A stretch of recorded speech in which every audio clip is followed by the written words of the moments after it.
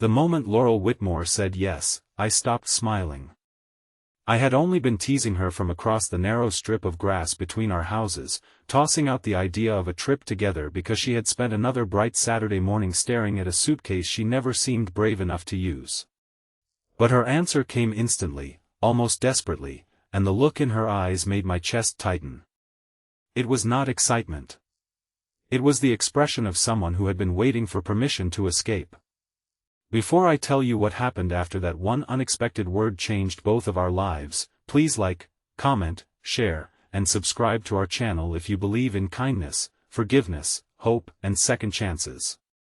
Sometimes the smallest invitation can become the door someone has been praying to find. Laurel had lived next door to me for nearly 2 years, but most of what I knew about her came from quiet observations through kitchen windows and brief conversations beside our mailboxes.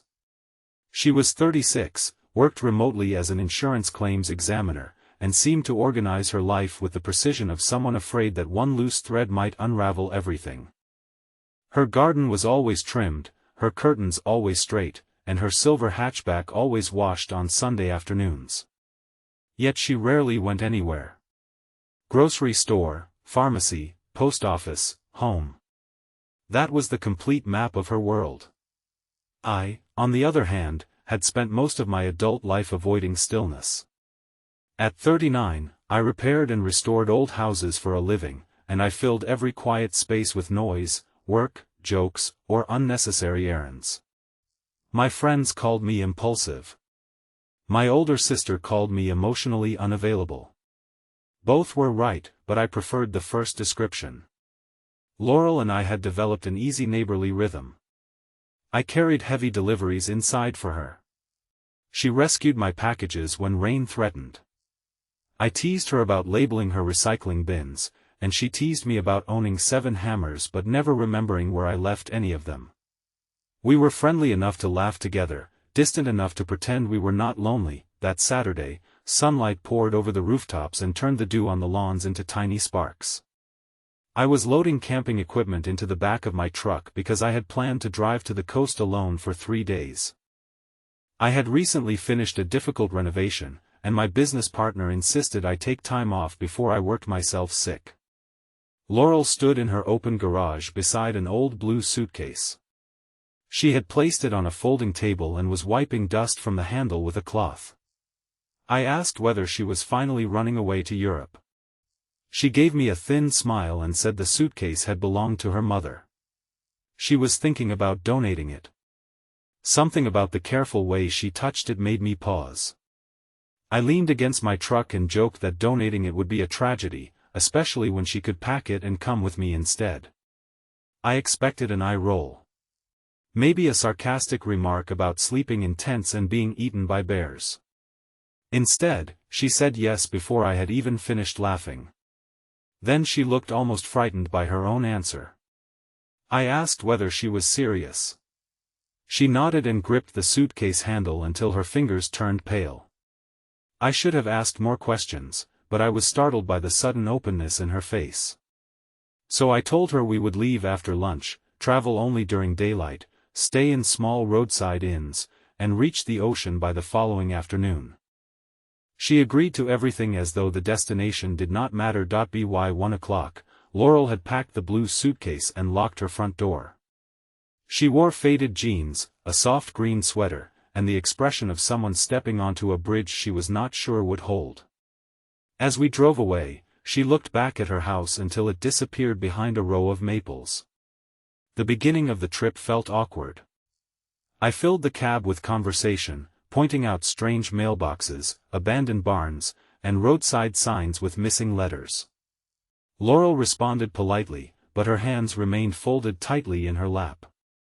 I noticed she kept checking her phone without opening any messages. Eventually I asked whether someone expected her to be home. She said no too quickly. At a bright roadside cafe surrounded by sunflower fields, she finally began to loosen. She laughed when I spilled coffee on a tourist brochure, and she confessed that she had not traveled farther than 50 miles from home in nearly 8 years. I asked why. Her smile vanished. She looked through the window at families eating on picnic tables and said she had once been very good at leaving, but after a while she had forgotten how to. We continued west beneath a cloudless sky, passing farms, rivers, and small towns where flags moved lazily in the afternoon breeze. Laurel began asking questions about my life. She knew I was divorced, but she had never asked what happened. I told her my marriage to Caroline ended because I treated love like a house renovation. I believed every problem could be fixed with enough work, but I never learned how to sit beside someone's pain without trying to rebuild it. Caroline wanted partnership. I offered projects, plans, and promises. When she left, I acted as though freedom had been handed back to me, but the truth was that I had been using work to hide from the shame of failing someone who once trusted me. Laurel listened without judgment. Then she admitted she had been engaged once. His name was Grant Mercer, and they had planned a wedding beside a lake in Vermont. 6 weeks before the ceremony, her mother suffered a severe stroke. Laurel postponed the wedding and became her full-time caregiver. Grant tried to be patient at first, but the months became years. He eventually left, telling Laurel that her devotion had turned into a prison for both of them. Her mother died 3 years later.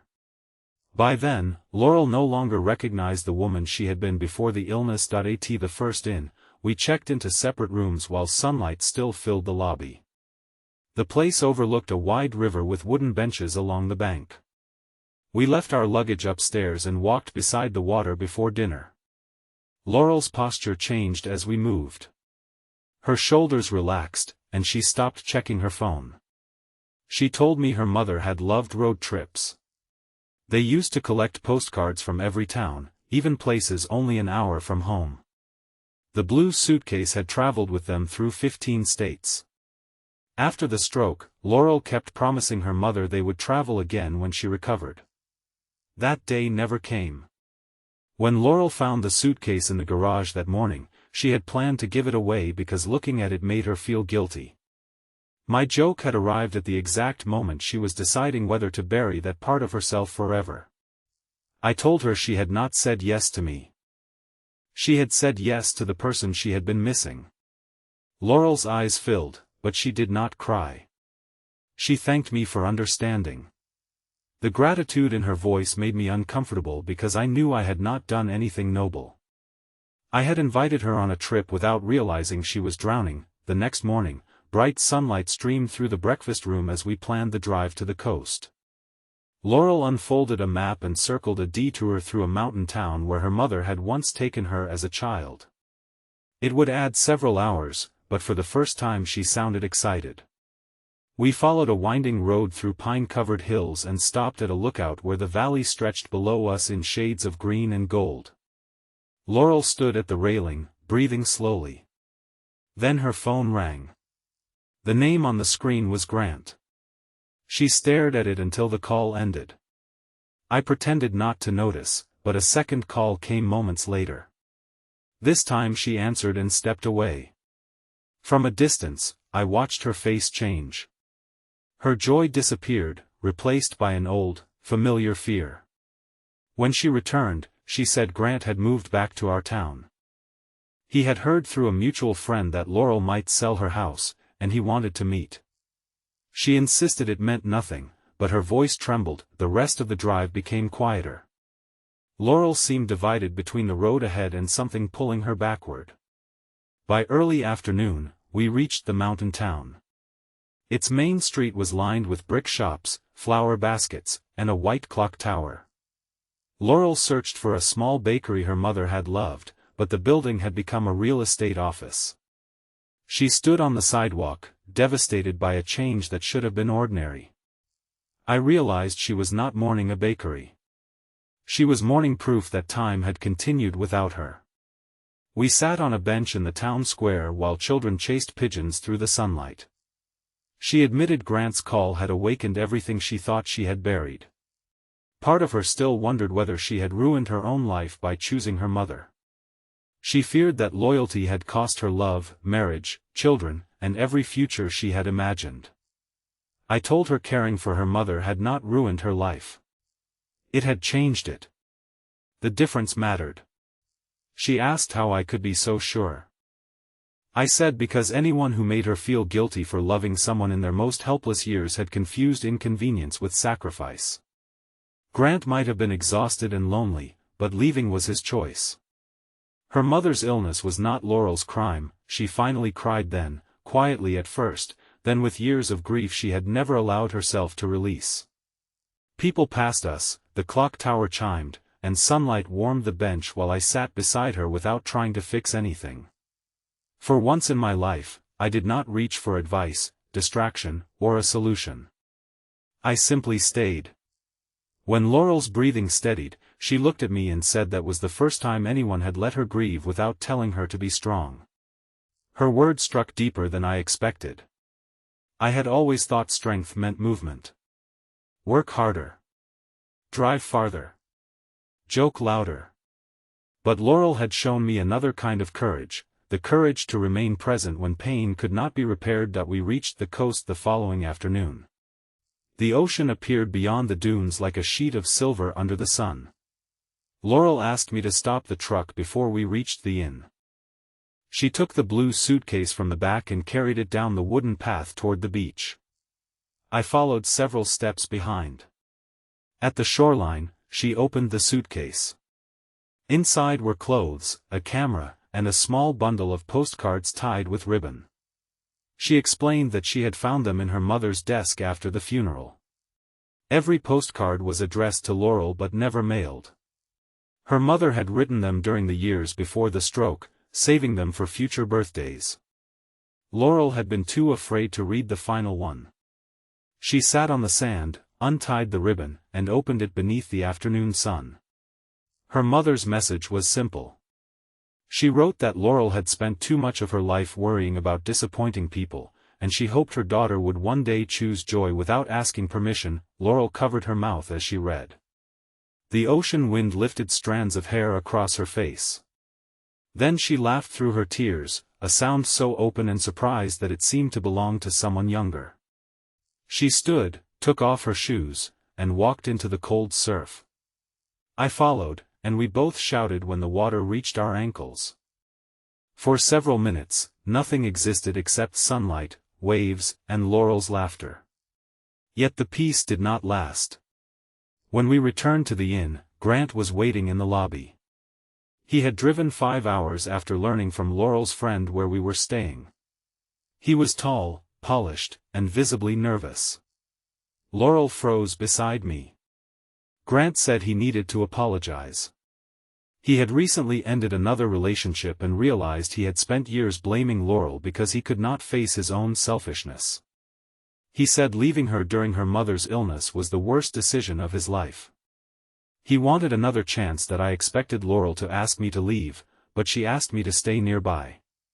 Grant spoke for nearly half an hour in a bright sitting room overlooking the sea. He admitted he had resented the attention Laurel gave her mother. He had convinced himself that he was abandoned, when in truth he had abandoned her. He said he had changed. Perhaps he had. Regret had softened him, and his apology sounded sincere. But sincerity does not erase consequences. Laurel listened calmly. When he finished, she thanked him for finally telling the truth. Then she forgave him. Grant's face filled with hope, but Laurel explained that forgiveness was not an invitation to return. She no longer wanted the future they had planned because the woman who wanted it had spent years believing she was unworthy of being chosen.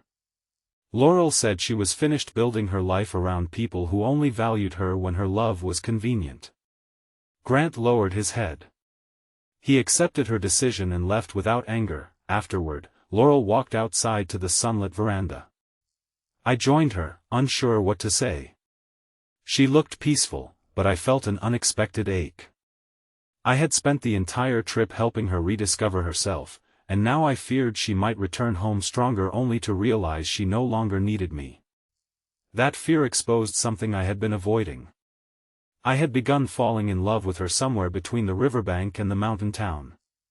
Not the dramatic love I had once mistaken for passion, but a quieter love built from attention. I loved the way she folded maps precisely, the way she stopped to read historical plaques, the way grief and humor lived side by side in her. Still, I refused to turn her vulnerable moment into my opportunity. I told her I was proud of her. She studied my face and asked why I looked sad. That I tried to joke, but Laurel did not let me hide. So I admitted that I did not want the trip to end. I said our houses had stood side by side for years while both of us pretended we were fine, and I was afraid we might return to that old distance. Laurel stepped closer. She told me the trip had not saved her because I carried her away. It had saved her because I stayed beside her while she chose herself. Then she confessed that she had noticed my loneliness long before I noticed hers. She saw how late I worked, how often I sat in my truck before entering an empty house, and how I used humor whenever a conversation became real. She said perhaps we had both been standing behind neighboring doors, waiting for someone else to knock. That we did not rush into promises. We spent the final day walking along the boardwalk beneath clear skies, buying postcards, eating lunch beside the harbor, and talking honestly about what we feared. Laurel feared losing herself inside another relationship. I feared failing someone again. We agreed that love should not be a rescue mission or an escape route. It should be two people choosing to travel beside each other while remaining responsible for their own steps. Before leaving the coast, Laurel mailed the postcard from her mother to herself. She wanted it to arrive at home as proof that the journey had happened. When we returned, the neighborhood looked the same, but neither of us entered our houses immediately. Laurel stood beside the blue suitcase on her driveway while afternoon sunlight filtered through the maples. I asked what she planned to do with it. She smiled and said she was keeping it because there were still places she wanted to see. Then she asked whether I might join her on some of those trips. This time, I was the one who answered yes without hesitation. Over the following months, Laurel made changes that were small enough to seem ordinary but brave enough to transform her life.